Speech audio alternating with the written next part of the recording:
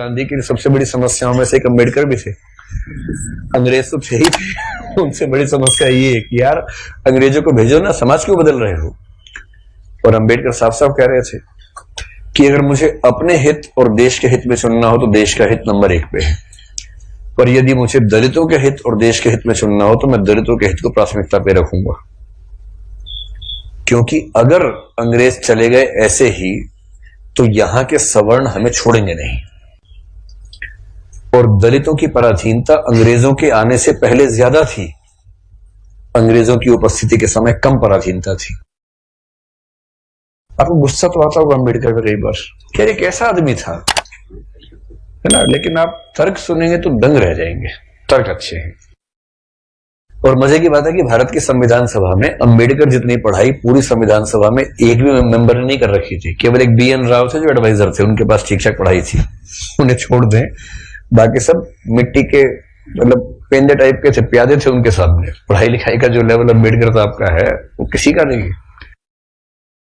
तो कुछ लोग मैंने देखा कि सवर्ण मानसिकता के कुछ लोग अम्बेडकर को देशद्रोही घोषित करना चाहते हैं इन्हीं कथनों से कि दलित प्रश्न और देश के प्रश्न में दलितों को प्राथमिकता दूंगा तो बुरा मान जाते हैं।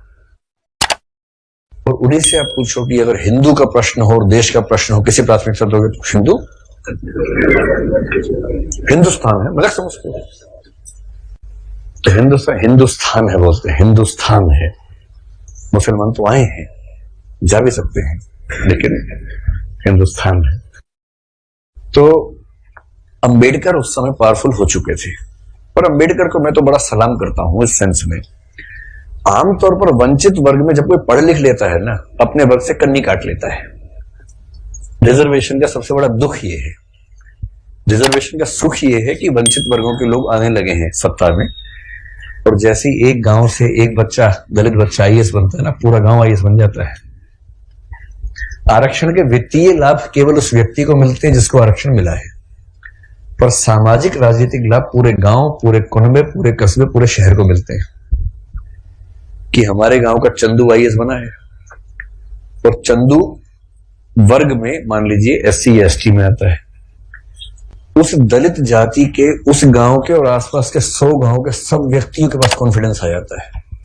कुछ बिगड़ा, चंदू को फोन लगा दिया, चंदू बिटवा देखिए जरा, अब पुलिस वाले ने रोका, लाइसेंस के लिए, रुको बात करवाते हैं, ऐसे करके कह रहे किसको फोन करो, चंदू को फोन करो, छोड़ दो कोई बात नहीं, आप जाओ, आप गाड़ी कैसे भी ले जाओ, सिर के ऊपर रख के ले जाओ, कोई बात नहीं, हम कुछ नहीं बोलेंगे।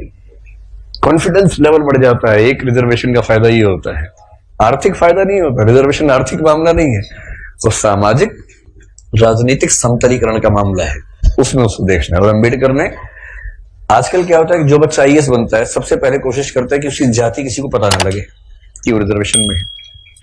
और बहुत सारे लोग SC ST या OBC से रिजर्वेशन का लाभ लेकर अगर IAS बनते हैं तो कोशिश करते हैं कि शादी से सवर्ण समाज में हो, क्योंकि IAS खुद एक जाति है, उस जाति में शादी कहीं भी हो सकती है, वहां जाति प्रथा बीच में नहीं आती है।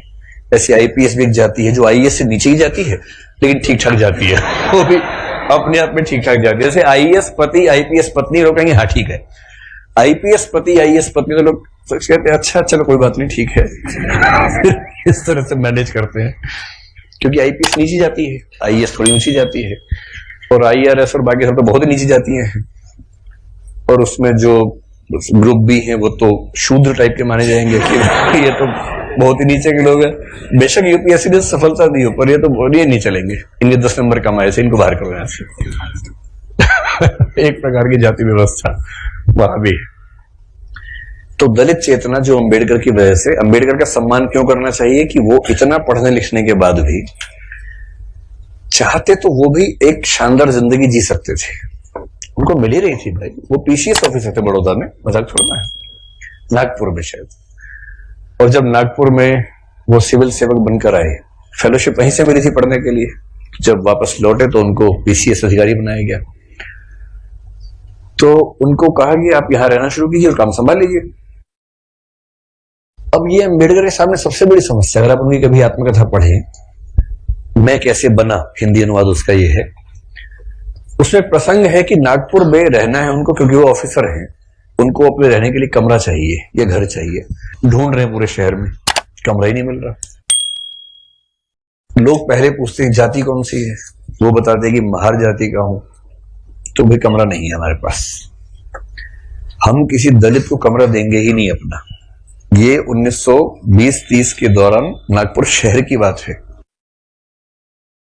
फिर वो कह रहे कि कई कमरे खारिज होते गए।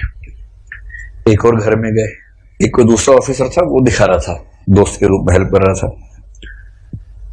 तो वहां मालिक ने पूछा ही नहीं कौन सी जाति के हो, इन्होंने बताया भी नहीं, ढिंडोरा क्यों पिटेंगे। उससे पूछा नहीं, उन्होंने बताया नहीं, कमरा मिल गया, रहने लग गए। और फिर वो देखते हैं कि एक दिन अचानक सुबह उठा तो बहुत शोर मचा हुआ था। मुझे लगा पता नहीं क्या हो गया। खिड़की से नीचे देखा तो हजारों की भीड़ हाथ में डंडे भाले हथियार लेके खड़ी हुई थी। उनको पता लग गया था कि एक दलित आदमी इस घर में रहता है और वो भीड़ मेरा कत्ल करने के लिए आई थी। और उसके बाद कुछ दोस्तों की मदद से पता नहीं पीछे के दरवाजे से कहां से किसी तरह से उनकी जान बचा के भगाया गया उनको। इस दौर से वो गुजरे थे।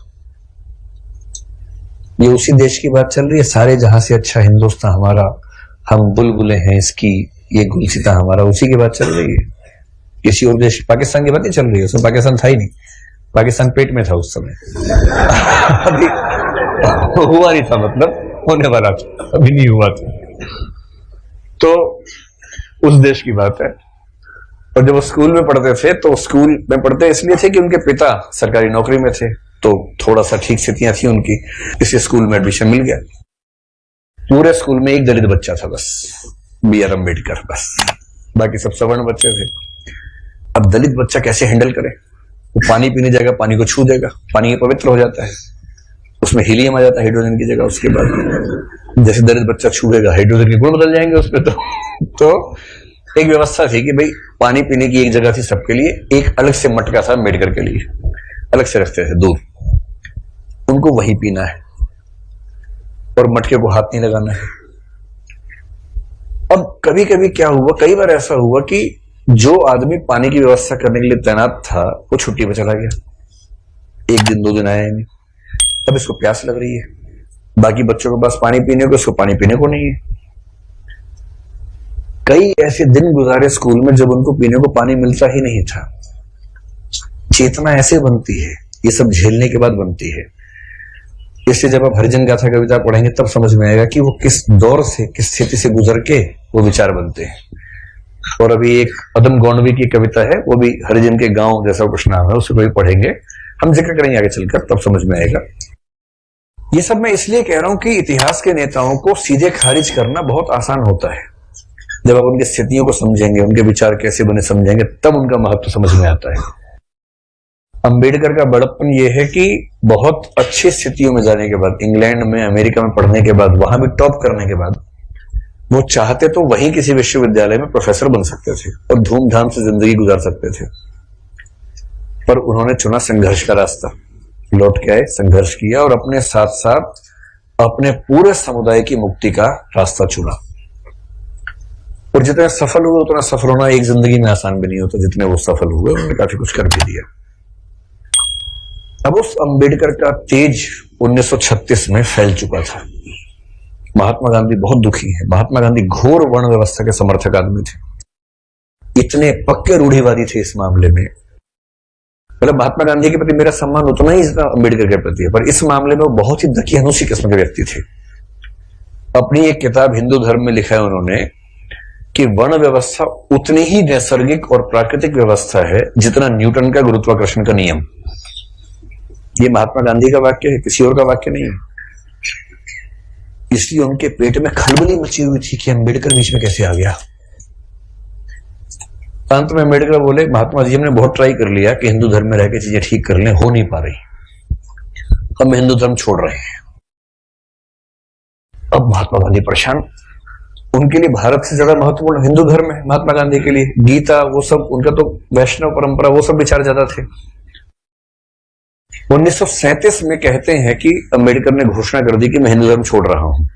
महाराष्ट्र में अनाउंस किया एक सभा में, और उस सभा में सीधे कहा कि देखो भाई लोगों, मैं हिंदू पैदा हुआ इस पर मेरा बस नहीं था, पर मैं हिंदू के रूप में ना मरूं इस पर मेरा बस है। और मैं हिंदू के रूप में नहीं मरूंगा। उस समय खलबली मची कि वो हिंदू धर्म छोड़ रहे हैं, शायद सिख धर्म अपनाने की बात उस समय थी उनके दिमाग में। और महात्मा गांधी ने बहुत समझाया कि देखो अम्बेडकर, नहीं ना, ऐसे नहीं करते। महात्मा जी का मार्ग एकदम अलग है। अम्बेडकर कह रहे हैं कि अगर मैं इस घर में पैदा हो गया तो मैं क्यों जिंदगी भर सफाई का काम करूं। महात्मा गांधी कह रहे हैं नहीं, गहराई में सोचो, इस घर में पैदा क्यों हुए, ये सोचो। ये उसका डिजाइन है, उसने जानबूझ के पैदा किया क्योंकि तुम्हारे अंदर सफाई के ही गुण हैं। अम्बेडकर कह रहे तू दलित पढ़ेगा नहीं, नहीं पढ़ेगा, पढ़ो लिखो, एमए करो, पीएचडी करो, लेकिन उसके बाद काम वही करना है, सफाई का ही। ये थे राष्ट्रपिता जी। चाचा जी आजकल है ये सेकंड राष्ट्रपिता बनने वाले हैं मोदी जी, जिस मूड में चल रहे हैं अभी। हो सकता है जल्दी घोषणा हो कि भारत के अब 2 पिता हैं, और छोटे पापा बड़े पापा, फिर हम ऐसे करेंगे।